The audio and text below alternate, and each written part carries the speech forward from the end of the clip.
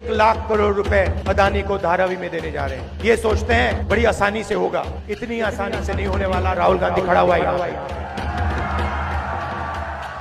पूरा महाराष्ट्र जानता है वो सरकार क्यों चोरी की गई। वो सरकार धारावी के कारण चोरी की गई थी, क्योंकि बीजेपी के लोग, नरेंद्र मोदी, अमित शाह धारावी की जमीन, महाराष्ट्र के गरीब लोगों की जमीन, 1,00,000 करोड़ रुपए की जमीन अपने मित्र गौतम अदानी को देना चाहते थे।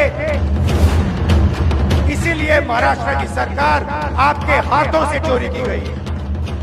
राजनीतिक मीटिंग में गौतम अदानी क्यों बैठे थे? उनके घर पर बैठक क्यों हुई? क्या ये सवाल नहीं है? जहां भी आपको दलित, आदिवासी और पिछड़े लोग मिलेंगे वहां जमीन एक्वायर होगी।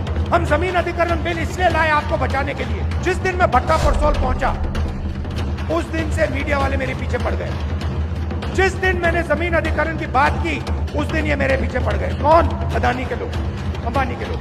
मेरी छवि बिगाड़ने की कोशिश की, हजारों मतलब करोड़ों रुपए लगा दिए कि राहुल गांधी को बदनाम करो। क्यों?